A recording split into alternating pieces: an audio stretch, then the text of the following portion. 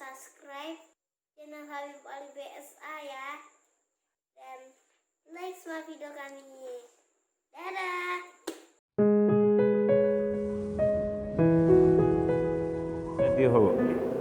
Assalamualaikum warahmatullahi wabarakatuh. Segala puji bagi Allah dan salam sejahtera senantiasa kita limpahkan kepada Allah yang hingga kini kasih-Nya meliputi diri kita, yang kasih sayangnya masih menyelimuti diri kita, yang kehangatan cintanya masih kita rasakan dalam malam-malam kita saat bermunajat kepadanya. Segala puji bagimu ya Rabb. Telah keluar bagi kami Rabiul Awal, masuk ke dalam Rabiul Tsani, agar kami mendapatkan betul-betul momentum Rabiul Awal, kelahiran baginda Nabi Muhammad. Jadikan kecintaan kami semakin besar kepada Nabi Muhammad. Jadikan di sisa waktu umur kami hanya untuk membela agama Nabi Muhammad. Jadikan kami tidak seperti debu di jalan yang hanya sia-sia, tapi jadikan kami seperti gunung dan istana-istana megah yang kelak akan dikenang oleh anak-anak dan keturunan kami. Karena kami telah berbuat untuk ini agama, karena kami telah berkorban untuk ini agama, karena kami rela menjaga apa-apa yang telah diperjuangkan oleh baginda Nabi besar Muhammad bin Abdullah sallallahu alaihi wasallam. Selama kurang lebih 23 tahun, 13 tahun di Mekah, menanamkan kalimat tauhid, la ilaha illallah. Makanya kalau kita ngaji sekarang hanya baru sampai pada kalimat, mungkin hanya tetap mendekatkan diri mengenal Allah dengan baik. Karena perintah sholat pun di 12 tahun awal belum ada. Perintah sholat baru turun setengah tahun sebelum hijrahnya Nabi, yaitu pada tahun ke-13, tahun terakhir sebelum setengah tahun sebelum hijrahnya Nabi, baru datang perintah sholat melalui Isra dan Mi'raj. Perintah puasa, zakat baru tahun ke-4 setelah hijrah di kota Madinah. Perintah haji jauh lagi di atasnya. Jadi yang pertama ditanamkan, yang dikenalkan oleh Nabi Muhammad selama 12 tahun setengah kepada para sahabatnya yang sangat mulia dan keluarga yang sangat dicintainya adalah kalimat tauhid, la ilaha illallah Muhammad Rasulullah. Apa makna la ilaha illallah Muhammad Rasulullah? La ma'bud bil haq fil wujudi illallah. Makna la ilaha illallah, kita sering mengucapkan, kita orang Islam dalam salat kita mengucapkan kalimat tasyahud. Makanya ada tasyahudul awal wa tasyahudul akhir di dalam salat, penyaksian. Karena tiga tasyahud terjadi ketika Nabi melakukan peristiwa Isra dan Mi'raj. Jadi ketika Nabi sampai singgasana Allah di mana Jibril tak mampu menghantarkannya, Nabi mengucapkan at-tahiyatul mubarakatus salawatut thayyibatu lillah. Dijawab oleh Allah, assalamualaikum ayyuhan nabiyyu wa rahmatullahi wa barakatuh. Assalamu alayna wa ala ibadillahi shalihin. Dijawab kembali oleh Nabi. Jadi sigat tahiyat yang kita bacakan adalah percakapan antara sang Khalik Allah dan sang makhluk yang dicintainya, Nabi besar Muhammad bin Abdullah. Salam pembuka, kebaikan, tahiyatul mubarak yang penuh keberkahan, barakatus salawatut thayyibatu lillah, salawat dan kebaikan-kebaikan dari Allah.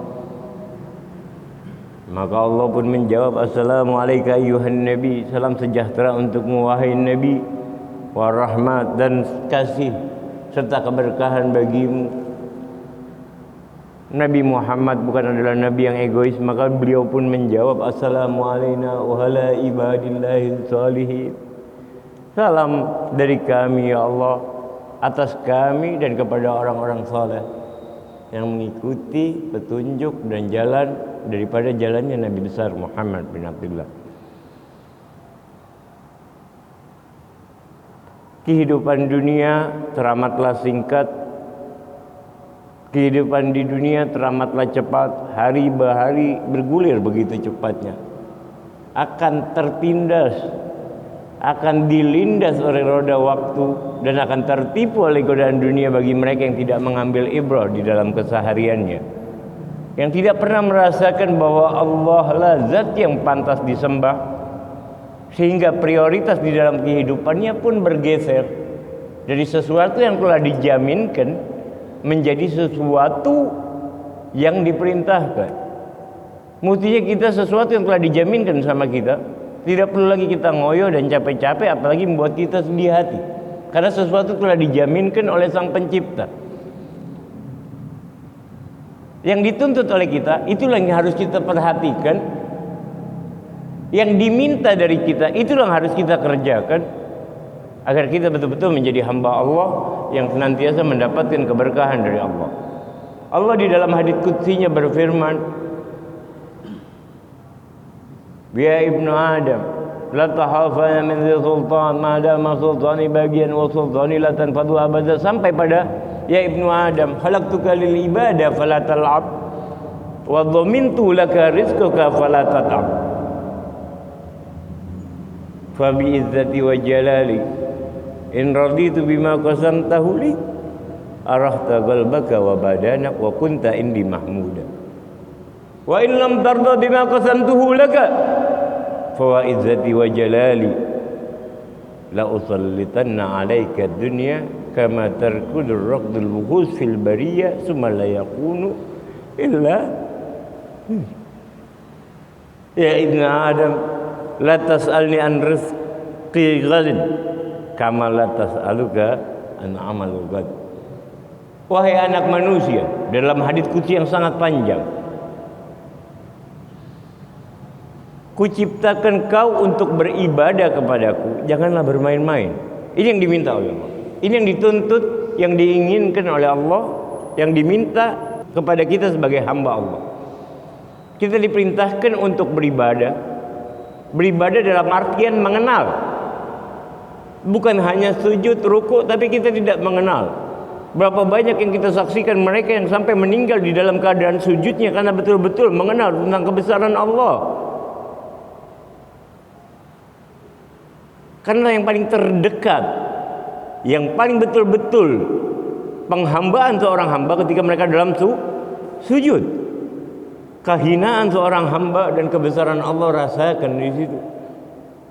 Sehingga cahaya yang datang begitu berat. Bahkan Imam Sa'roni di dalam kitab Mizanul Kubra mengatakan, banyak mereka yang merasakan kehebaan Allah, kebesaran Allah, keagungan Allah, kemuliaan Allah di dalam sujudnya, dan merasakan kehinaan diri,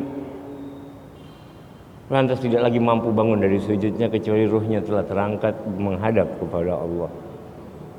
Makanya duduk di antara dua sujud, Imam Sa'roni membagi menjadi dua bagian. Perlukah lama ataukah sebentar?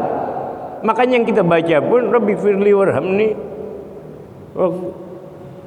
permohonan ampun kepada Allah. Karena itu adalah hijab dari kedudukan yang tinggi menuju kedudukan yang lebih rendah, duduk di antara dua sujud. Maka tidak perlu berlama-lama bagi mereka yang telah mengenal Allah, dan bolehlah beristirahat sejenak bagi mereka yang masih jauh dari Allah.